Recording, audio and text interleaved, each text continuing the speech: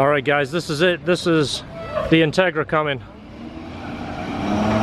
It's been a long time in the making, and here it is. I'm glad it came now because we have a storm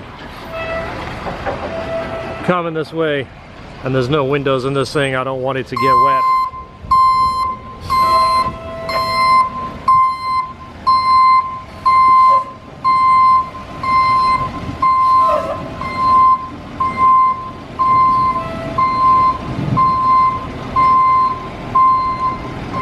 Wow, this has been a long time. I feel like it's forever when this car left. Unbelievable. Unbelievable. The timing couldn't be better because it's going to pour down, and if you didn't know, if you're looking at a time frame, and if the weather wasn't bad enough, we have a hurricane coming this way. Hurricane Dorian. I don't know if you've seen that, but if you want a timeline, that's what we're dealing with, as well as getting this car delivered.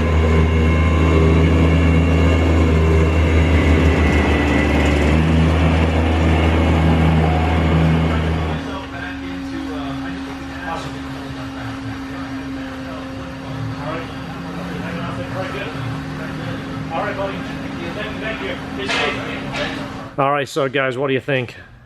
Now you can kind of see the color a little bit more now. It's wet sanded and buffed. Of course, it's going to get color corrected, which means the paint will go to the next step. I promise it will look even better. Any of you guys know anything about paint, you can kind of see it. They do a quick, they do a wet sand and a buff, but they're not doing high-end paint restoration. You can kind of see as that moves around, you see the dot there.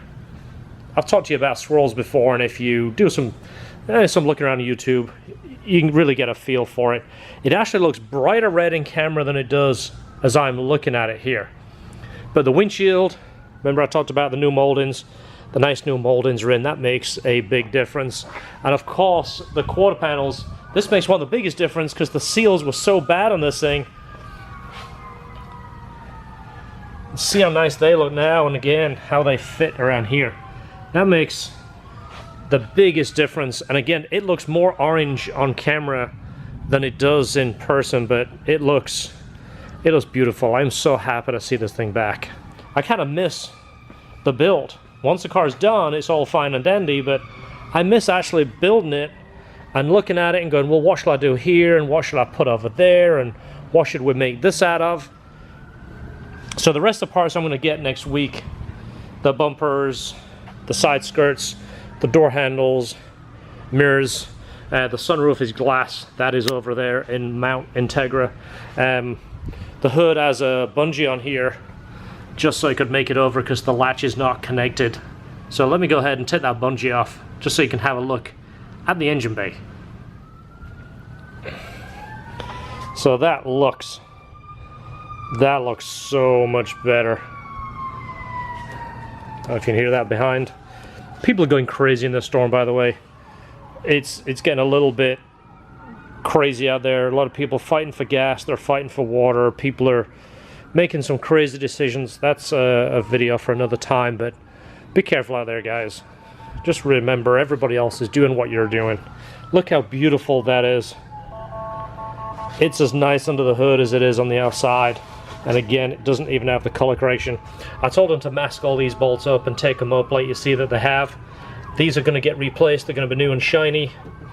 This is going to get unwrapped. Remember, I made a little bracket there to hold it so they could paint the firewall properly, which they did. It looks really nice. Way back, you remember the video where I was trimming this and filling it and flattening it, getting rid of the holes. I mean, it just has really come together. And up here, you remember I was welding that. There was holes in there. Guys, this looks so good. I'm trying to not sound too stupid over this, but it really is awesome to see this car back.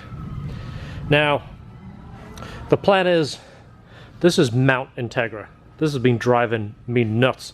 All this stuff is going to get moved. The car is going to sit here. We're going to start putting some of this stuff in. There's the engine. You like the cold air intake? That's sweet. That's not going to stay on there. It's just to make sure nothing goes in there. The car's going to sit here. We're going to start slowly assembling it. We'll do the interior first, get all these pieces in here, put the engine transmission together, put the clutch on, get the engine in there. The Type R door panels, they are dusty. Remember, feels like months ago they came in. See how dusty they've got. They're all going to get refinished. I'm going to talk about what I do with those. I'm going to re-dye the fabric, make it look really crisp. The carpet is down there. Remember, I got 2 carpets. Look through the series. If this is all new to you, go back through the playlist. Go through the series. You'll see where the car has come and what has got it to this point.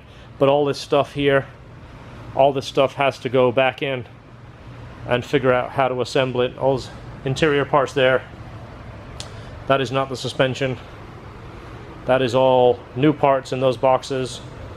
This is interior parts. There's the headliner. Again, I didn't anticipate the car being away this long. That's why this has all been sitting in a pile. Honestly, I was expecting about 2 weeks, then start putting this back. If I knew it was going to be several months, I wouldn't have had this pile, because this is just a mess.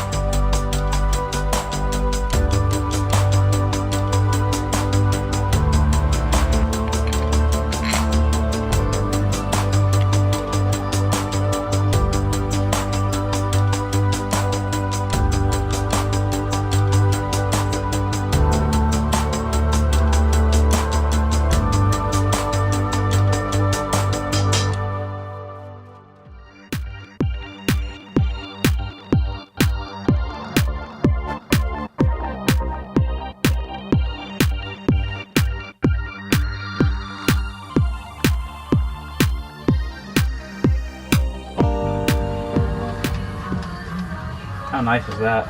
That looks awesome. It almost goes with the red too. With the red on the car? Yeah, I mean, I thought it was going to be way brighter, but it's not. It's actually close to the right color. It looks a lot brighter out there. When you put it in the car, it darkens it up. Yeah, that's going to look so good against the seats once the seats are all cleaned up and refreshed. Wow, it's coming together. So yeah, as you see, one seat belt is in. The headliner, sunroof, so the plastic interior parts are in, the lights, and master cylinder and booster is in. We're doing the S2000 master cylinder with the spacer. You just saw that in the video. But look how much better everything looks. Those seals make the biggest difference. It really does.